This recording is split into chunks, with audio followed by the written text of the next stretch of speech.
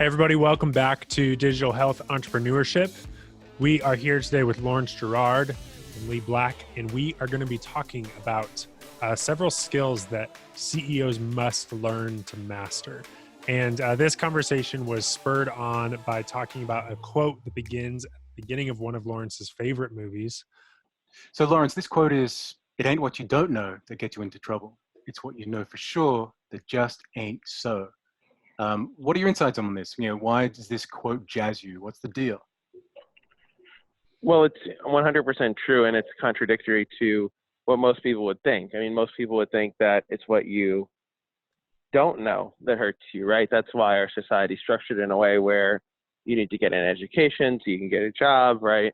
But in entrepreneurship, and probably in a lot of areas of life, it's what you think is 100% true, but it's not. And the danger with that is that you're relying on something that's not true to dictate all of your behavior.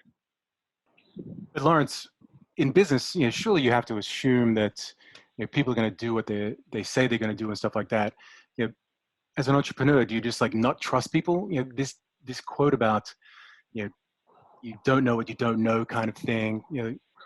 What's really at the heart of it that drives you as a business person? Well, let's just take an example. Let's say you're planning to start a new business, say an online weight loss program, and you have in your business plan that you're going to do direct-to-consumer advertising, and you construct your entire business plan based on the fact that if you do $100 of Facebook advertising, you're going to acquire a customer and get them to pay you $1,000 for a 1-year-long weight loss program. And so you might make certain business decisions based on the fact that you think that's 100% true, that you can acquire a customer for $100. So you might do things like decide not to make your digital health product HIPAA compliant because you might think that, well, if I go to the consumer, a weight loss program doesn't necessarily have to be HIPAA compliant if I'm not working with health insurance, which is basically true. So you might, do that, and then you may later discover a year or two down the line after you've raised millions of dollars that, it's not true, that your customer acquisition cost is $2,000 to get a consumer to pay you $1,000. And so it's just an example of, how if something that you believe to be true, if you rely on that, that's what hurts you. It's a thing that you thought was true, but it just ain't so. There's so many skills of being a CEO that I'm just not familiar with them. I kind of read them sometimes. What other sort of skills of a CEO do you think are essential to differentiate yourself from the other chump CEOs that just aren't effective?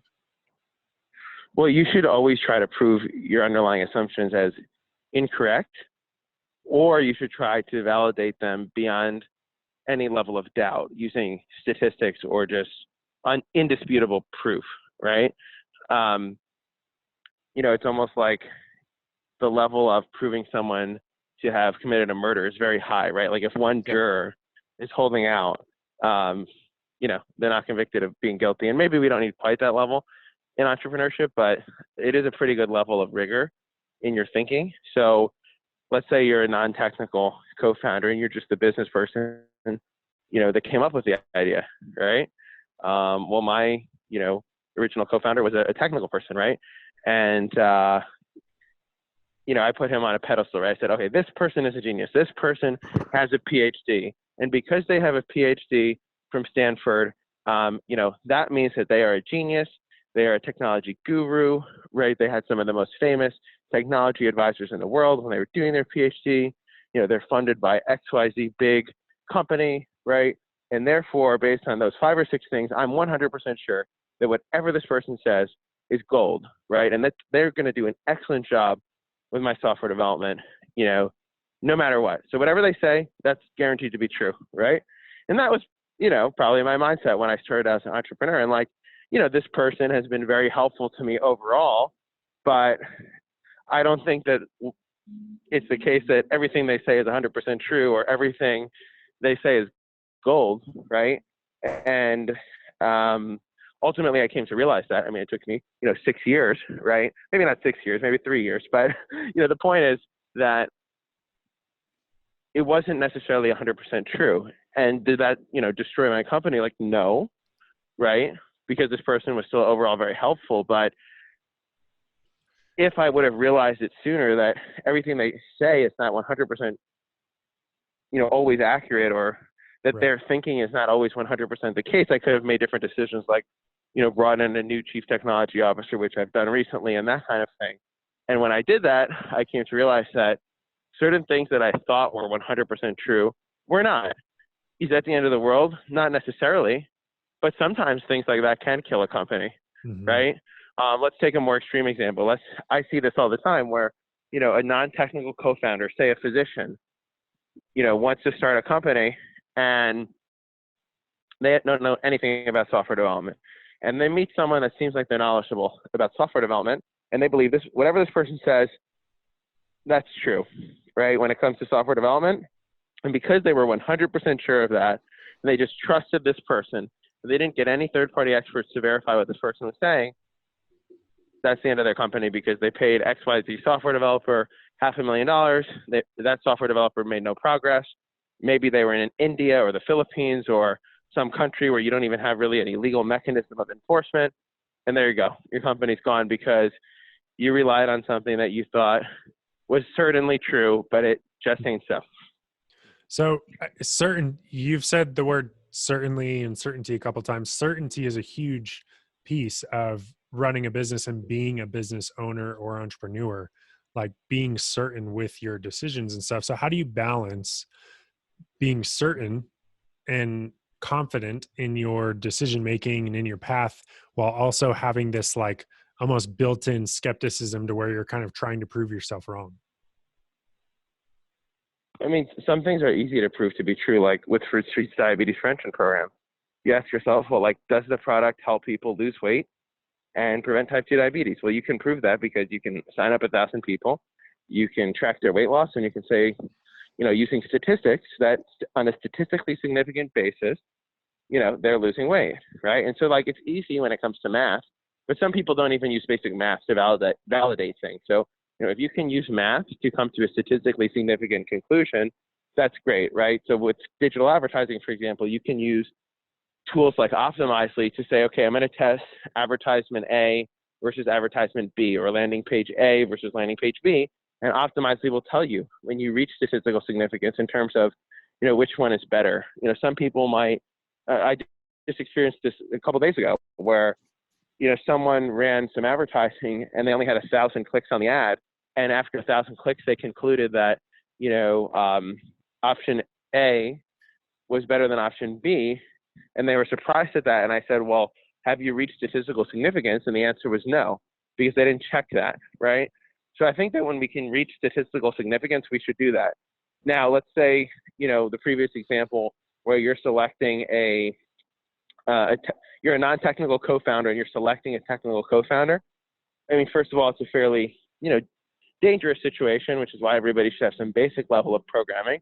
But I would say that if you are a non-technical founder and you don't have the skill set to evaluate a technical founder, then you should basically get some advisors who don't have a lot of skin in the game. So say, find someone that worked at, I just make it up, right? Salesforce.com, Microsoft, Google, right? Just find some people that are willing to give you some either free or low-cost advice where these people have a track record. So for example, a technical co-founder, let me back up. What I meant to say was a non-technical person is not going to be able to evaluate actual lines of code, but they can evaluate like, okay, this person was one of the founding software engineers at Google or at a startup that was successful, right?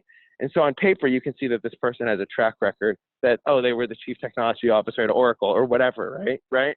So you can find those people that have good resumes to be your advisors so that when you do hire a technical co-founder, it works out. Another thing you can do is run a robust interview process. So a lot of people make the mistake of the first technical person that they find that is nice to them, that's willing to work on their project, right? When it's their first time running a startup, they're like, oh my God, a software engineer wants to build my product. Well, instead of doing that, why not interview 10, 20, or 30 people, right? And then when one person tells you something, ask the other person if they think that's true also. And then when you find the things that aren't true, just keep working until you validate that they're true. So I think another problem is just entrepreneurs don't surround themselves with advisors that can kind of make sure they don't make those kind of qualitative mistakes. I'm going to throw in a dangerous question. What about financial projections? You know, to me, it's not crystal ball stuff in the sense that it's just entirely fictional, but I'm just not mathematically minded, and I can't hold all these spreadsheets of information in my hand to come to, you know, the share price projected for Fruit Street is $7 instead of $3. I mean, it kind of makes sense to me, but it's a kind of bit gibberish. So my question is, you know, Laurence, how do you deal with financial projections that are imprecise yet hopeful, semi-accurate, not completely, you know, like certain things like that? Well, you just try to validate the underlying assumptions in the financial model. So, for example, you know, if Medicare is paying $72 for a telemedicine visit, well, we know that's a fact, right? You know, if we know that, and then the next question would be, well, what are my costs of goods sold, right? Like, how much do I have to pay a doctor to provide a telemedicine visit? And so the way you would validate that is you would ask doctors what they're willing to work for, right? And then you would come to a conclusion of, okay, it's $35 or it's $50. So that's a fact, right? And then you say, okay, well, what's the next thing that has to be validated? You know, obviously the number of patients that we sign up, right? And so then you say, well, what's my estimated direct-to-consumer cost? And so instead of guessing, you can just say, okay, well, we're going to spend $100,000 or $200,000 on Facebook advertising, and we're going to validate that within the next 30 to 60 days to see what our customer acquisition cost is. So, like, what you have to do in a financial model is you identify what all the variables are, and then you work towards validating all of those assumptions so that, you know, for example, if you put in your original financial model that our customer acquisition cost is going to be $10, but then it's 100, you have to plug that into your financial model. And if your financial model then fails and it shows that you're losing tons of money indefinitely, you might have to rethink your business model and say, well, going to the consumer is not a good idea. We have to go to health insurance companies and self-insured employers and go that way. And so really a financial model is just an underlying set of assumptions that you then work towards validating. In fact, the only thing that entrepreneurs should really be doing, you know, at an early stage startup is, you know, validating their assumptions or learning from customers or potential customers, right? I mean, that's the whole process is you have an assumption, you try to validate it, or you try to learn something from a potential user that sparks a new idea. And like, obviously they have to do everything else, like fundraising, hiring, all those other things. But like the underlying thing you have to do in a new company or a new product is to de-risk it by proving what the assumptions are. So what is my customer acquisition cost? How much is a doctor willing to work for to do a telemedicine consult? How much can we get reimbursed from Medicare? And you just try to prove all of these things as true using statistics, right? So for example, if we do 1 hour of Facebook advertising and somebody signs up after the first click, our customer acquisition cost is not $1 because that's not statistically significant. So that's kind of how I would approach a financial model. Yep. The idea of validating some, you know, assumptions and so forth, I think that's the key. It's not the idea that you should never, ever educate yourself about, you know, the possibilities or make educated guesses. It's just the idea, as soon as you make them, you have to validate them. You have to get it out there, test it. And then, you know, you said the word validate a bunch of times there. I think that's extremely key. What else, Seth? What else also, if you're doing the same thing over and over again and expecting different results, nothing's going to change, right? I mean, if you just keep going on and on and on, doing Facebook advertising and not doing anything significantly different, then, you know, you're not going to have a lower customer acquisition cost because you're just doing the same thing over and over again. Yeah. So, I mean, I feel like there's these common areas that entrepreneurs and business owners probably have assumptions that they think are totally correct in. And I mean, you run your own company, but also you're a part of a couple of different venture capital firms. And so, I mean, you probably hear your fair share of like pitches or people trying to, you know, win over funds and money and stuff. So like, what are some main areas that you commonly see, or maybe pitfalls that you see other business owners like holding to their assumptions or something that they think is true, that in reality you see like they don't, like that's still a variable. They have not proven that. What are the most common areas that business owners say are like their hold true assumptions? I mean, inexperienced entrepreneurs come in and they just have this hockey stick of like, we're going to have $2 million of revenue in year one, $20 million of revenue in year two, and $50 million of revenue in year three. And like, that just doesn't happen. Like, even the most famous technology companies in the world didn't even have that, growth of revenue in the first few years. So I would say that's probably a big one. And then the other thing is like their customer acquisition costs when they've done zero advertising. I mean, some people in the startup world say that before you even build a product, you should just set up a landing page and do some Facebook ads and see if people, want to buy your product, and you just put them on like a pre-order list, right? So, you can validate things so easily just with getting, between 10 and 100 people to agree to do something. So like if I can get, 10 doctors to agree to invest in a startup, I can probably get 100 doctors. And if I can get 10 people to buy lemonade on a street corner, I can probably get 100, right? So a And lot it's of times funny because it's easier than ever before to validate stuff. Like there's the tools that are at our disposal, whether you're talking about your analytics tracking or Facebook ads or, our ability to in normal times go out and meet people and talk to people and stuff. Like it's more possible than ever to actually validate things. But so many people that I think they're afraid of validating their assumptions because they're afraid of them being wrong. Do you see that? Well, yeah, well, the other mistake they make is that they try to validate things by asking their friends and family to use their product. And that doesn't really count. You have to do it with strangers because, friends and family will just use your product or say it's a good idea because, it's their friend or family member. So, you want to kind of get out in the world and talk to like even strangers, like even just, I mean, and some people can sell certain products just like going out on the street. I mean, and just talking to people essentially. Yeah, an example of that I remember is Timothy Ferriss's book, The 4-Hour Work Week. He just test run a whole bunch of different titles. The 7-Hour Work Week, he test ran that with advertisements. The 6-Hour Work Week, he spent thousands of dollars on that. He just amassed all this data, and the most popular one that most people clicked on was the 4-Hour Work Week. And so he didn't even have the idea that it's the 4-Hour Work Week. He went to the market, and the market confirmed to him that it was that one instead of the other ones. Yeah. I'm not saying, Laurence, that you and Fruit Street are doing the same thing, but it's a great example of validating something. Hey, Laurence. And also, go ahead. Go ahead. No, you go ahead. Well, I was just gonna say that like, I'm not gonna name the entrepreneur, but like, I don't know. I just see so many entrepreneurs that they almost live in like an alternate reality where they're so into their technology and their product that they don't look at their finances, and they don't even really know what their monthly expenses are, and they don't, they just don't face reality. Like, you watch that show, another show I like, it's called The Profit. I don't know have you guys seen that show? Yes, it's the best business show on TV. Right. Well, that's because we're not on TV yet. Just kidding. So anyway, no, but he's great. I mean, like, right. And you see these entrepreneurs where it's just like, they have these mountains and mountains and mountains of debt burden, and, their cash flow is not good. And, they're like on the verge of, bankruptcy, and they don't have cash flow. Like, it's not always a bad thing to not have like 24 months of cash in the bank, but like when you don't have any incoming cash flow, it's pretty bad. So, and they just, I don't know. It's like some sort of like psychological thing. They're not like self-aware, as like Gary Vaynerchuk likes saying, but it is important to be self-aware and like, ask yourself, like, am I full of shit or not? Like, am I just lying to myself?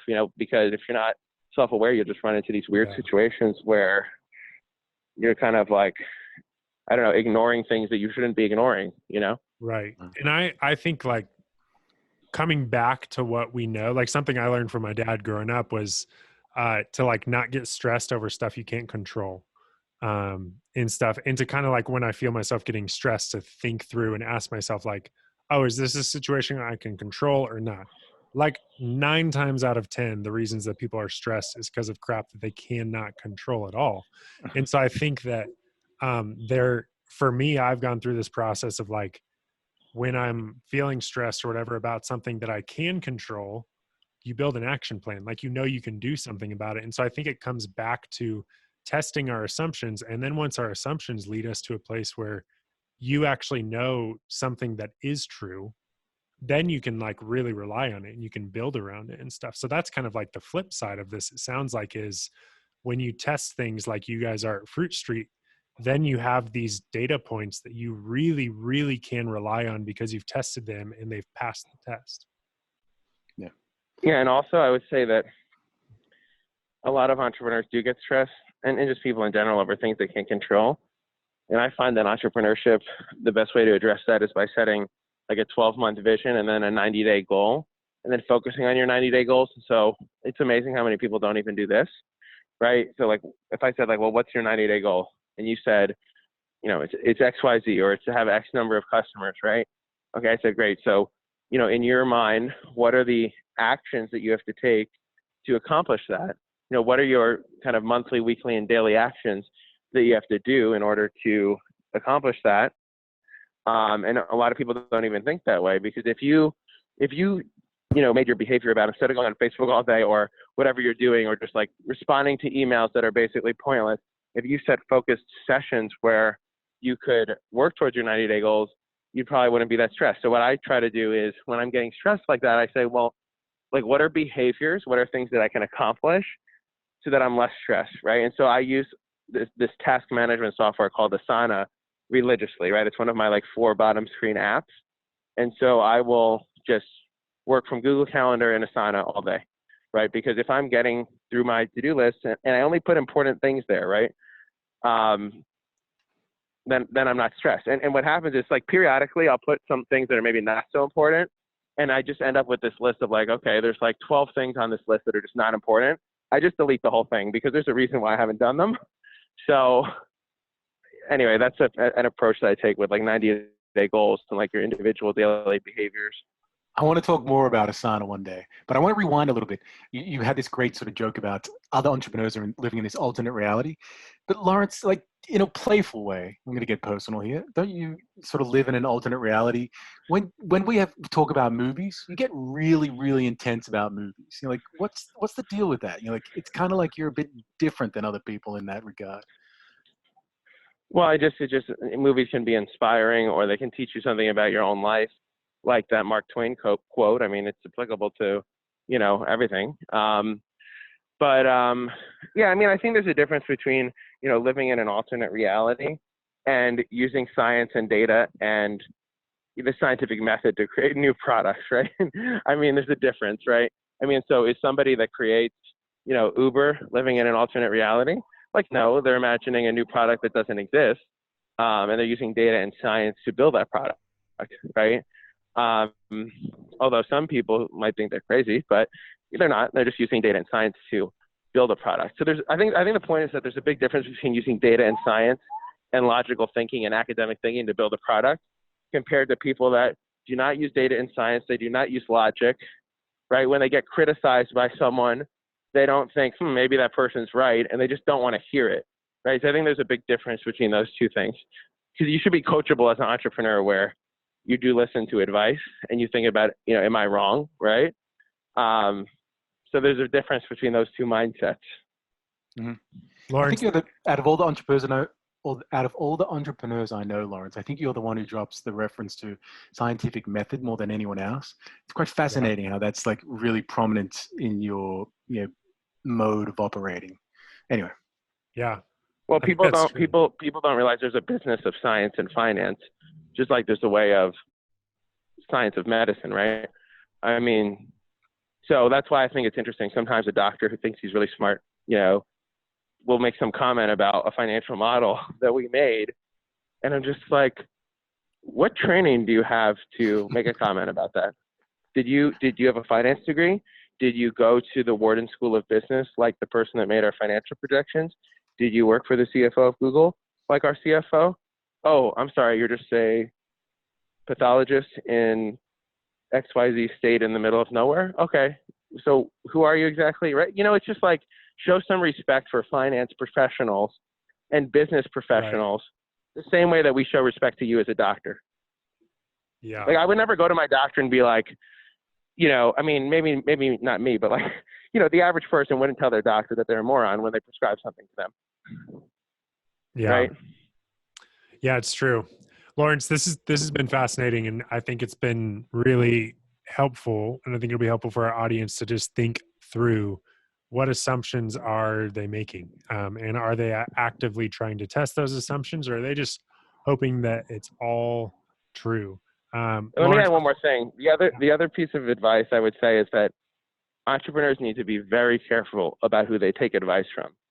So that's probably the biggest thing that will cause failure, is taking advice from the wrong people, because like young entrepreneurs have this habit of putting older people on a pedestal sometimes.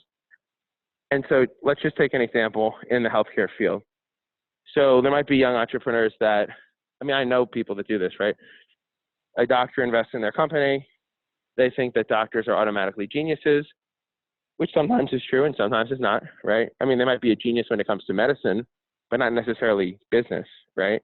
So they'll have a doctor invest in them, and whatever this doctor says, because they invested, because they're a doctor, that's true, right?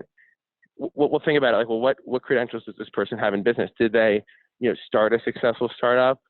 Did they sell that company? Have they ever been a full-time CEO of a company? So sometimes you can get advice from people who have some experience. So I'll give you an example. That you might have a doctor that has invested in, say, 12 companies, and some of them have had successful exits. So you might think, oh, this doctor knows a lot about startups because he's invested in successful companies and he's been advising companies. But then you might think to yourself, well, is it better to get advice from that person or from somebody who has been the CEO and founder of 3 companies, has worked 100 hours a week on a startup, has been working on startups since they graduated from college? Maybe they even dropped out of college to start a company, and they sold that company, right? Obviously, the second person is going to have better advice than a doctor who has just invested in startups and is a full-time anesthesiologist. So you have to be very careful. Sometimes you're like pretty close to having the right person giving you advice, and you just need to go a little further to get a very specific expert to give you advice, right? So it can be very deceptive when you're almost at the right person to give you the advice, but you actually need to go a step further to find somebody that has an even closer level of specific training in that area that you need advice on. Does that make sense? Yeah, totally. I think it does. And I think a lot of people take what their advisors say to be truth no matter what. And we either need to be really, really careful about who we're surrounding ourselves with and who's giving us advice, or we still need to be testing those assumptions and stuff. Hopefully our advisors are giving us assumptions that are already tested and thorough and stuff. So I think this has been great. We've gone deep into the weeds, which I think is great as far as some of these business conversations. So thanks so much for joining us today, Laurence. Thanks, Jess. Thank you.